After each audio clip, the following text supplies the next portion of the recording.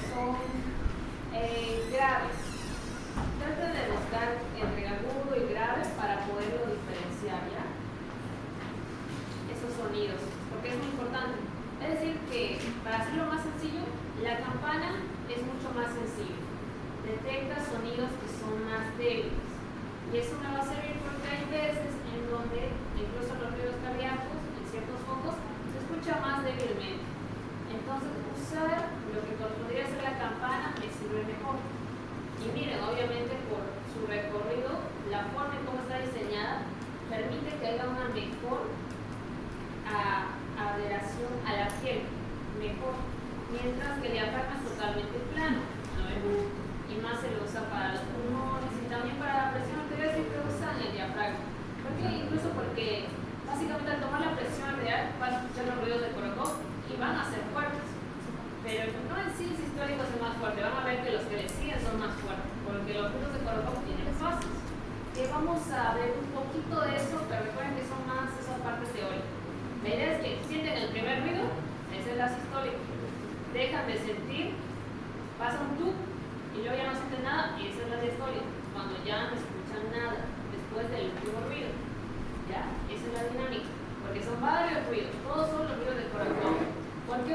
porque lo que yo estoy tratando de hacer es colapsar la arteria, ¿ya?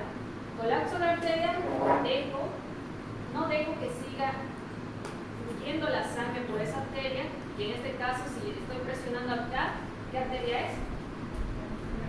La braquial, ¿no? La estoy colapsando, no estoy dejando que fluya la sangre.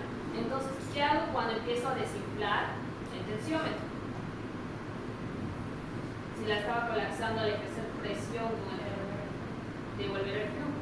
Al devolver el flujo inicialmente, como la arteria estaba colapsada, lo estás abriendo lentamente, controladamente, mejor dicho, haces que la sangre tenga un momento de flujo turbulento, o sea, que se mueva así la sangre por el vaso que estaba colapsado.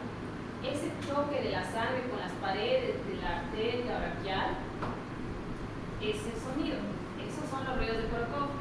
Eso es lo que escuchamos. Y el primero que escuchamos es el sistólico.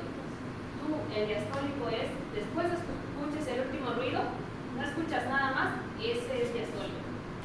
Porque son dos presiones, ¿no? Cuando tengas presión arterial tienes que mencionar las dos, la sistólica y la diastólica. La sistólica obviamente es la más fuerte y la diastólica es la más baja.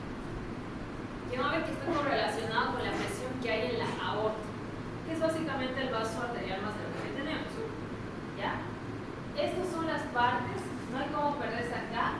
Lo importante es que sí, aunque sea trucho su estetoscopio, consigan el de doble campana, o sea, el de doble cámara, diafragma y campana. Y tiene esta cosa para moverse. ¿No ven que se mueve? Esto se llama vástago. Creo que es el nombre más complicado de todo esto, porque olivas, ojivas, puente en nuez, el tubo en Y, luego el vástago y la campana y el diafragma. ¿Ves? No tiene dos partes. La cosa que recuerden que mejor si tiene vástago para moverlo y cambiar. De usar diafragma a usar campanita. Esto ténganlo en cuenta al momento de usarlo, que esté abierto, porque si no, no van a escuchar nada, ¿ya? Tengan en cuenta eso los que tienen doble campana. Ahí está. Consejo ahí lo de siempre. La campana es mejor para sonidos graves, es decir, sonidos que se escuchan más débilmente, porque son menores sus frecuencias en un minuto. ¿Cuáles ruidos son menos fuertes? Ustedes por lógica se darán, como ya están avanzando, Gabriel ya acabaron. Entrada circulatorio, movimiento circulatorio.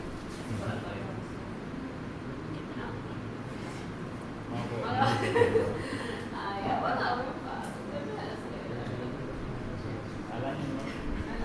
al año como acá. En fisiopato ya. En fisiopato, ahí se van a dar cuenta todo lo que les falta y lo van a acomodar. Muy bien. Ya como pueden ver ahí, dice grave S1. S1 es primer ruido cardíaco, S2 el segundo ruido cardíaco. En total hay 4 ruidos cardíacos que se tienen que estudiar. Los que podemos escuchar con nuestros oídos aún no entrenados es S1 y S2. Y ustedes saben por qué se da el primer ruido cardíaco, porque se da el segundo. Y ahora díganme cuál es más fuerte. ¿Cuál se va a escuchar más fuerte?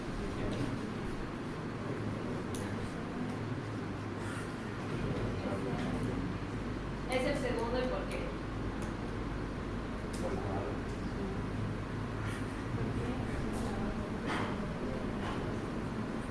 ¿Veis la falta? Por eso les falta teoría. Tienen que estudiar por su cuenta, no les esperen al doctor.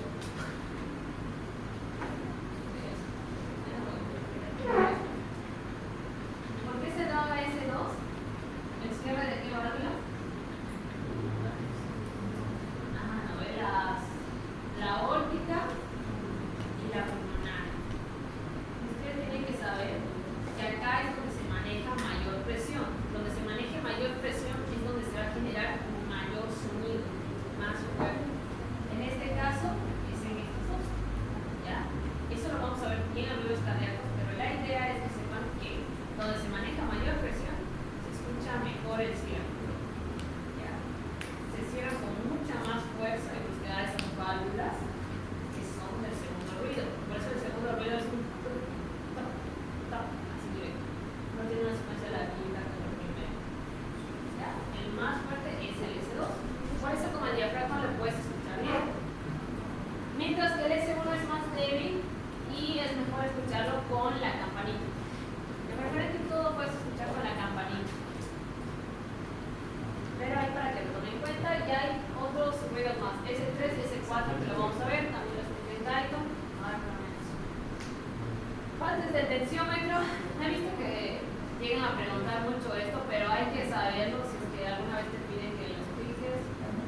brazalete no hay como perderse. Lo importante es que vean bien el manómetro. ¿Ven el manómetro, no? Y ven de acá.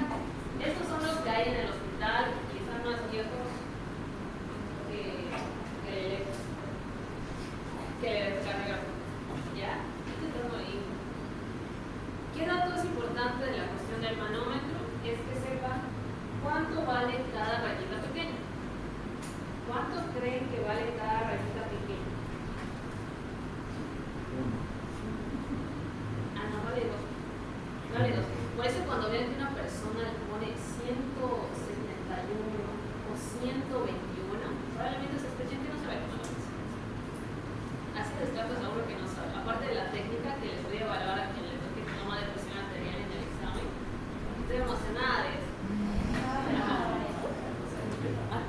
Por eso si ves a alguien que pone, por ejemplo, 121 de 60, sabes que probablemente está mintiendo. Porque primero no sabe cuánto vale cada rayita y cada unidad.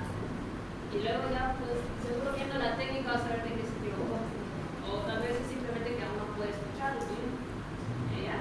Ya tienen un truco para fingir que saben. Nunca pongan un número impar. Porque clarito se van a notar que no saben. ¿Ya? Eso tómalo en cuenta. Cada rayita pequeña equivale a 2. Por eso de 120 a 100, todas las rayitas son 2, 2, 2. La rayita más larga es 110. ¿Ya? Y luego vas avanzando. 112, 114, así. ¿Ya? Tómalo en cuenta ese datito pequeño, pero fácil para detectar a... ¿Ya? Bien. ¿Qué es lo más importante aparte del manómetro? Es conocer lo que es la válvula. La válvula es importante porque hay que saberla cerrar y hay que saberla abrir para poder generar presión, insuflar el brazalete y básicamente colapsar la arteria. Eso es lo que buscamos, colapsar la arteria y que si la arteria deja de estar colapsada, ¿cuál es la presión más alta y más baja? O sea, la presión arterial, ¿no? Que es básicamente el signo vital más importante, sobre todo para pacientes en emergencia, refugiados, tienen alteración de su estado de conciencia, todo eso es muy importante la toma de la presión arterial. ¿Ya? Ahora, válvula de tensión. Hay diferentes tipos de tensiómetros y el que usamos siempre es el manual, análogo, anaeróbico. Es decir, el que no tiene líquido, el que solo funciona a base de generar presión con una válvula al ejercer aire. Nada más. El activo era con mercurio, no nos interesa.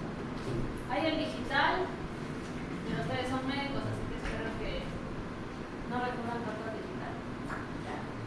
Esto está en las guías de la guía creo que es la Organización Mundial de la Salud. Esto pone la Heart Association, porque son pasos que uno debe seguir a la hora de tomar una presión arterial en un paciente en consulta externa que esté totalmente vigilante. ¿Ya? Es diferente el caso cuando le toman la presión arterial a una persona internada. Si la persona no puede pararse, tú le tomas así echado. ¿Ya? Si la persona no tiene dónde poderle asentar la mano, el brazo, tú le agarras el brazo y lo tomas. No te haces lío de buscar un lugar. Estas cosas lo suelen preguntar en tercer año, estos 8 pasos o 10 pasos incluso hay. Pero la realidad es que viene el paciente y tú tienes que tomar. No importa en qué situaciones. Si no puede pararse, tú le tomas echado. Si no hay donde poner el brazo, tú le agarras el brazo y lo tomas. La cosa es que no te tienes que quedar quieto y decir, pero no hay esto, no hay aquello. Una idea muy importante que hay que tomar, no hay que poner excusas. Eso es muy importante porque si no el doctor se enoja o simplemente dice, este no sabe. Listo. Entonces uno hay que demostrar que sabe, por lo menos las cosas básicas. ¿Ya? Ahí tiene muchas reglas. Estas reglas, la verdad, sí son idóneas cuando estás haciendo solamente control de presión arterial a pacientes que requieren hacerse controles regulares. ¿Qué paciente requiere hacerse controles regulares de la presión arterial? Eso, ya vamos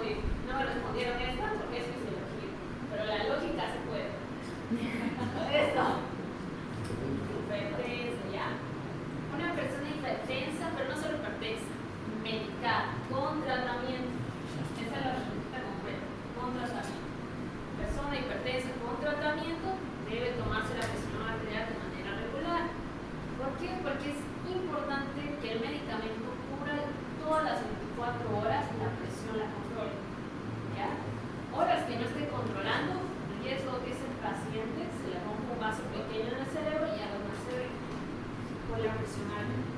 ¿Ya? Así que acá, ven estas reglas todas bien locas, ahí sí se ve.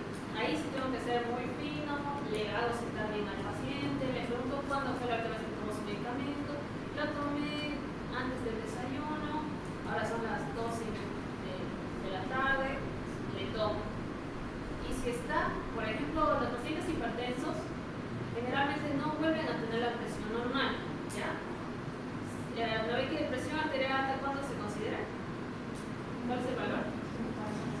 140-90, ¿ya? Entonces una persona hipertensa hay que controlar y hay que ver cuál es su presión más alta. Por ejemplo, si es 180-100, entonces el objetivo será tratar de llegar a 170, a 160. Que esté ahí está bien, es que está siendo controlado. ¿Ya? La cosa es que baje de lo más alto que llegaba a ser. O sea, es tratar de controlar la presión las 24 horas. Por eso hacer controles para ver si el medicamento es eficiente. Lo que más se le receta a la mayoría de las personas, y lo van a ver, losartán a morir. ¿Ya? Losartán, 500 miligramos cada día o 25 miligramos cada 12 horas. Sí, es que es baratito, es económico. ¿Ya? Entonces eso es lo que se puede costear. ¿Ya? Hay muchos más medicamentos. Y así, que en este paciente sí pueden hacer todo así de manera bien cuidadosa, que esté tocando sus pies en el piso, que esté sentadito, erguido, todo bien bonito ahí, ¿no? No cruzar las piernas, todo eso, porque genera variación. ¿Ya? Siempre va a haber variación. Ahí, tomo de la presión arterial, la fuerza que ejerce la sangre sobre las paredes de las arterias. Tomen en cuenta cuál es la definición de la presión arterial, ¿no? Es esa fuerza que se ejerce la sangre sobre la pared de las arterias. ¿Por qué la sangre tiene fuerza? Que recorre. ¿Por qué la sangre que está en el interior de nuestros vasos tiene fuerza? ¿Quién le da esa fuerza? Sí, los ricos, sí, son los ricos, es el corazón, ¿no? El corazón es la bomba, ¿no? Por eso le llaman la bomba. Es la que genera la fuerza, permite que haya una gradiente de presión, por lo cual se pueda mover la sangre. La sangre se mueve por diferencia de presiones. ¿Y quién genera esa presión? El ventrículo izquierdo, principalmente. Pero si es el corazón, es el corazón. Eso toman en cuenta. El sfingomanómetro es otro nombre del tensiómetro, más largo. Solo muy importante, la presión tiene mucha variación si el paciente tomó bebidas alcohólicas o tomó cafeína. Eso sí, ven un número elevadísimo. A una persona joven como nosotros pueden preguntarle eso. ¿Tomó alcohol hace poco? ¿Tomó cafeína, café, algo muy estimulante? ¿No? Porque a nuestra edad toman demasiado eso para mantener el rumbo del estudio. Ajá, ¿no? Energizantes. Pero tengan cuidado. Si combinas energizantes, esto les voy a decir porque lo vi el sábado y fue triste, porque era un chico de 17 años. 17 años, y ya estaba internado, güey. Coca, más café, más bicarbonato. ¿De cuál cosa? Bueno, está muy bien, sí.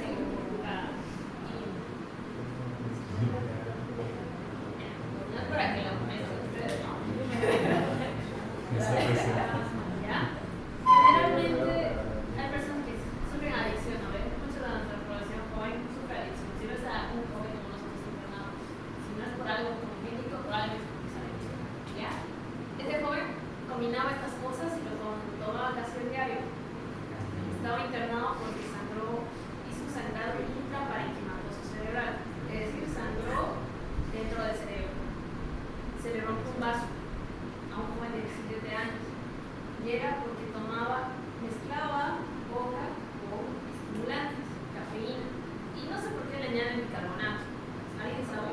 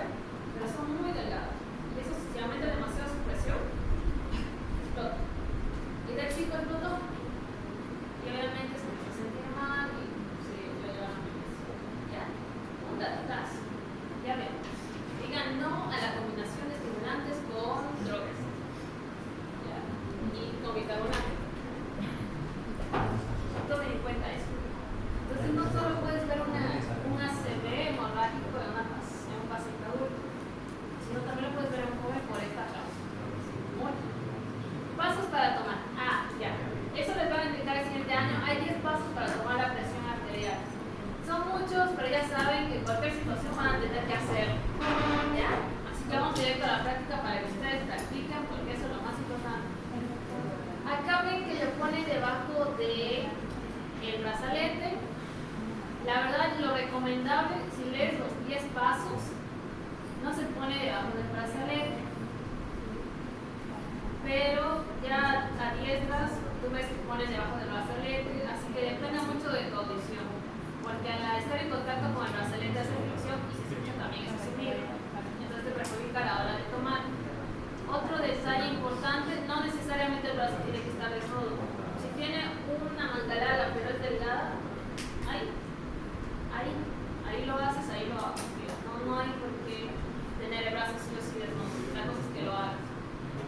Que el paciente esté por lo más cómodo, que el brazo no se mueva, no. Si el brazo se mueve así, obviamente ahí imposible tomarlo. Pero es el distintivo.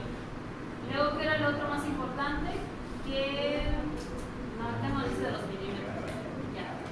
La velocidad no es lenta, ya tiene que bajar constante. Más vasos, brecha auscultatoria. Ya. Esto es supuestamente una gráfica didáctica donde muestra los ruidos de Colocó cómo van en fases. ¿Ya? Tiene 5 fases. No sé si lo explicaba en el directo bien, pero son 5 fases. La fase 1 es donde está el primer ruido que se escucha ahí, es la presión sistólica. Luego hay una fase 2, hay una brecha auscultatoria. Esa brecha auscultatoria es básicamente que tú empiezas a escuchar los ruidos de Colocó y llega un momento donde no escuchas nada y crees que llegaste a la diastólica, pero luego de que haya un momento que no escuchas nada, vuelven a aparecer los ruidos, tin, tin, tin, tin, y recién aparece la verdadera diastólica. Esa es una brecha auscultatoria, un punto de silencio entre las fases. Eso puede ocurrir en ciertas patologías. Ocurre a veces en los pacientes con la presión alta, tienen un momento de silencio. O personas que tengan alguna valvulopatía, que es una enfermedad de las válvulas del corazón, también pueden presentar esta brecha. O sea que cuando ustedes estén tomando, lo importante es que llegan a 200, van bajando y sí o sí bajan hasta llegar a 0. No lo dejen a medias, ¿ya? No porque dejaron de escuchar, dicen, ahí está la diastólica.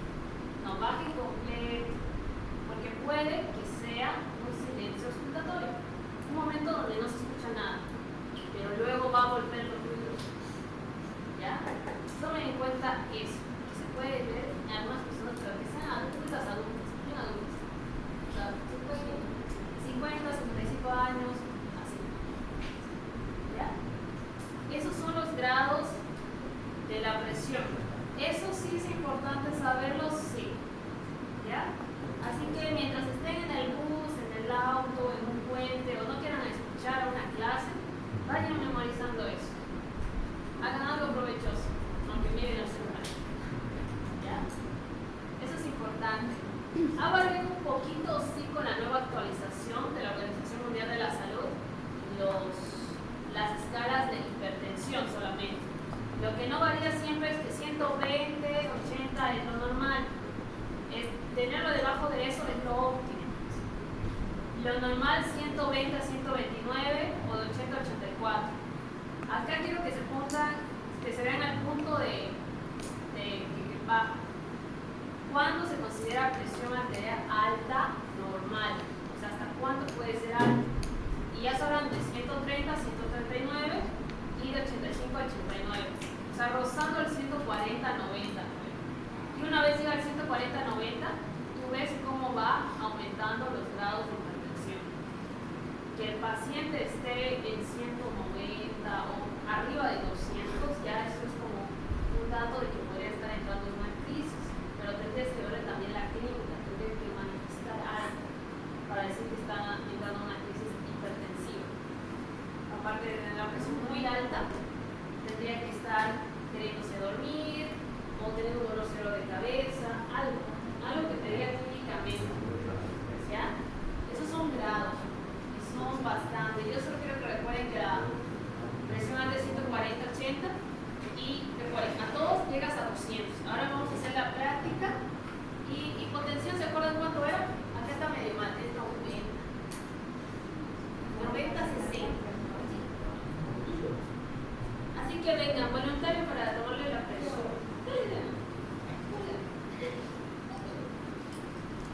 Vengan, acérquense y practiquen harto. Practiquen con todo tipo de gente, no solo con personas.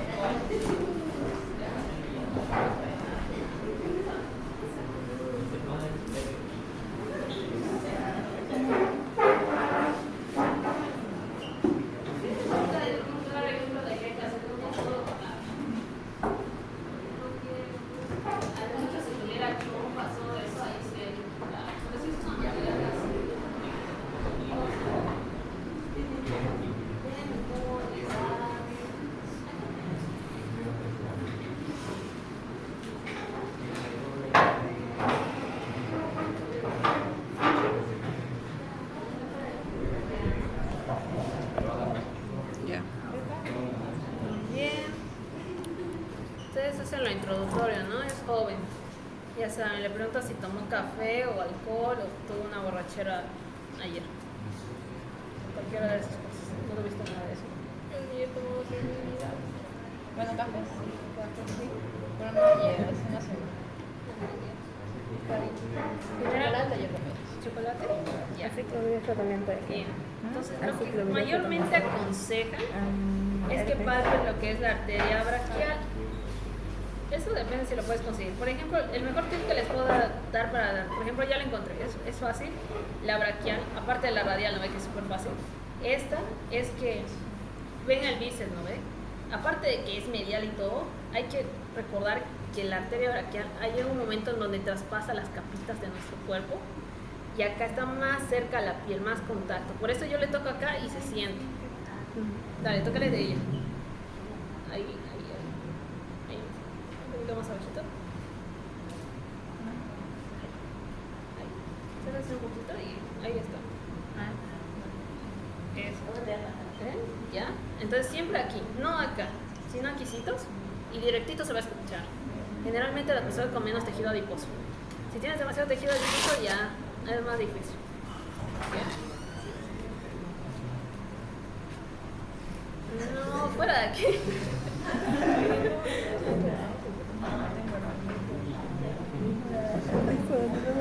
Falta nomás no sé.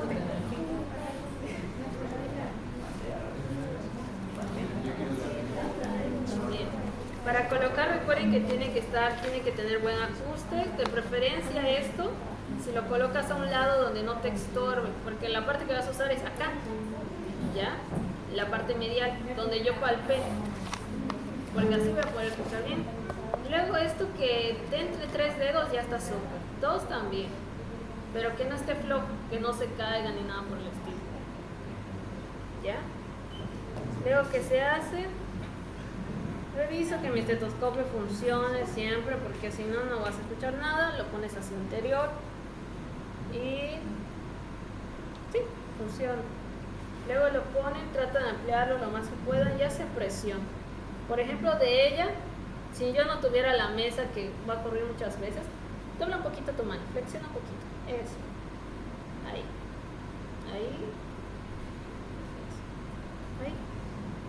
ustedes lo tienen que agarrar un poco, le dicen, déjalo caer un poquito, eso, y ahí, y ustedes lo agarran, y así con todas las damas de la fe tienen que hacer.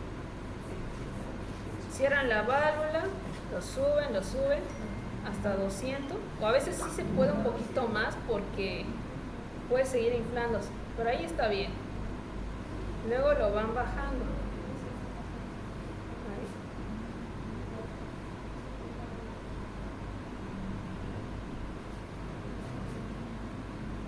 Siento.